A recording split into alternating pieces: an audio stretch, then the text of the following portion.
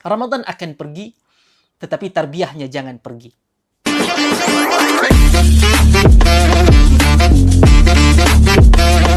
Bismillahirrahmanirrahim. Assalamualaikum warahmatullahi wabarakatuh. Muslimin muslimat yang dirahmati Allah sekalian.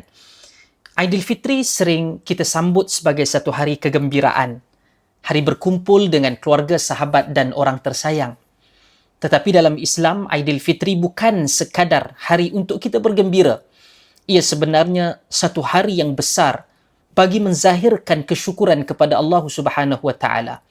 Setelah kita melalui madrasah Ramadan selama sebulan lamanya. Hari raya adalah hari kemenangan, kemenangan melawan nafsu, kemenangan dalam ketaatan dan kemenangan kerana kita telah memanfaatkan Ramadan sebaiknya. Sebab itu Islam mengajar kita beberapa sunnah Nabi SAW dalam menyambut Aidilfitri, supaya kegembiraan itu tidak kosong tanpa ada sebarang makna. Yang pertama, sunnah yang besarnya adalah bertakbir pada permulaan malam hari raya. Amalan sunnah yang sangat-sangat utama ialah bertakbir pada malam Aidilfitri. Takbir Aidilfitri yang mungkin berbeza dengan waktu pada Aidul Adha, ianya bermula selepas maghrib malam hari raya itu sehingga imam keluar untuk menunaikan salat hari raya secara beramai-ramai. Ini bertepatan dengan firmanullah Ta'ala dalam surah Al-Baqarah ayat 185. وَلِتُكْمِلُوا الْعِدَّةَ وَلِتُكَبِّرُوا اللَّهَ عَلَى مَا هَدَاكُمْ وَلَعَلَّكُمْ تَشْكُرُونَ. Dan hendaklah kamu mengagungkan Allah, membesarkan Allah atas petunjuk yang diberikan kepada kamu supaya kamu bersyukur setelah mana disempurnakan bilangan sebulan Ramadan itu. Takbir ini bukan sekadar lafaz di bibir sahabat-sahabat. Ia adalah cara kita membesarkan Allah, mensyukuri nikmat Ramadan dan mengingatkan diri bahawa kejayaan kita beribadah bukan kerana kekuatan kita, tetapi kerana rahmat Allah Subhanahu wa taala semata-mata. Seterusnya, sunnah yang perlu untuk diperhatikan adalah mandi dan memakai pakaian terbaik untuk menunaikan salat Aidul Fitr. Sunnah kedua ini adalah mandi sebelum keluar salat hari raya. Al-Imam Nawawi menyebutkan bahawa para ulama sepakat tentang sunnah mandi sebelum menunaikan salat Aid. Dan Nabi SAW juga memakai pakaian terbaik pada hari raya. Seperti yang diriwayatkan oleh Al-Imam Ibn Khuzaimah, kana lin-Nabi SAW jubbatun yalbasuha lil-Eidaini wa yaumil Jumu'ah. Nabi SAW memiliki jubah khusus yang baginda gunakan untuk Aidil Fitri dan Aidil Adha. Dan itu juga digunakan pada hari Jumaat. Namun maksudnya bukan semestinya pakaian itu baru, tetapi pakaian yang digunakan itu paling baik, paling kemas dan paling bersih sebagai pengagungan pada hari yang penting dan mulia ini. Kerana hari raya ialah hari yang menzahirkan kegembiraan dan kesyukuran pada Allah dan dilarang untuk berlebih-lebihan dan menzahirkan kesedihan melawan daripada sifat kegembiraan untuk Aidul Fitr itu. Seterusnya yang ketiga, untuk kita makan sebelum keluar hari raya. Berbeza sedikit dengan Aidul Adha, sunnah Aidil Fitri ialah makan terlebih dahulu sebelum keluar menunaikan salat hari raya. Manakala Aidul Adha kita disunnahkan nanti selepas daripada habis salat hari raya, berlaku sembelihan dan daging itu dimasak dan dimakan daripadanya. Dalam hadis riwayat Imam Ahmad disebutkan bahawa Nabi SAW makan sebelum salat sebelum keluar menunaikan salat Aidul Fitr, khususnya pada hari raya ini. Dalam riwayat Imam Bukhari pula disebutkan bahawa baginda memakan beberapa biji kurma dalam jumlah yang ganjil.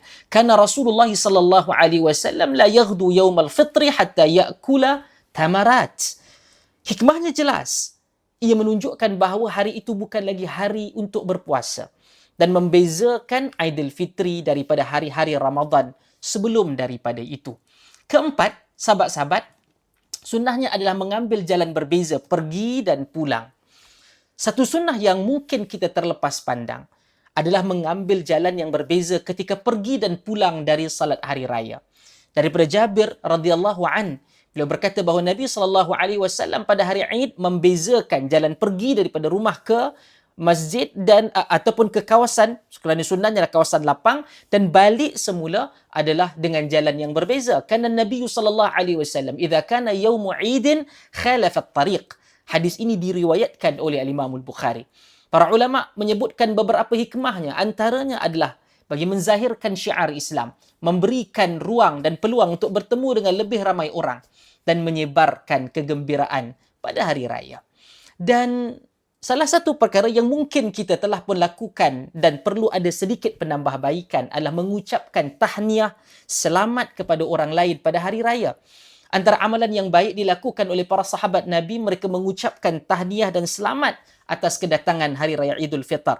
Antara yang diucapkan adalah taqabbalallahu minna wa minkum, yang bermaksud semoga Allah menerima amal baik kami dan amal baik kamu di dalam bulan Ramadan. Ini menunjukkan bahawa hari raya bukan sekadar ucapan kegembiraan, tetapi ia juga adalah satu doa agar amal Ramadan kita diterima oleh Allah Subhanahu wa taala. Tidaklah dilarang kalau untuk mengucapkan selamat hari raya ada yang menambah dengan permohonan maaf.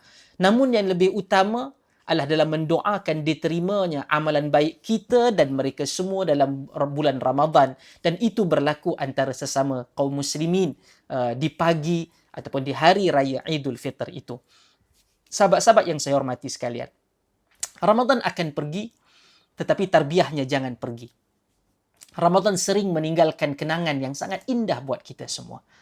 Masjid yang hidup dengan qiyam, lidah yang basah dengan Quran, hati yang terasa lebih dekat dengan Tuhan. Tetapi persoalan pentingnya ialah, adakah semua itu hanya akan menjadi kenangan atau akan menjadi ruang perubahan dalam hidup kita?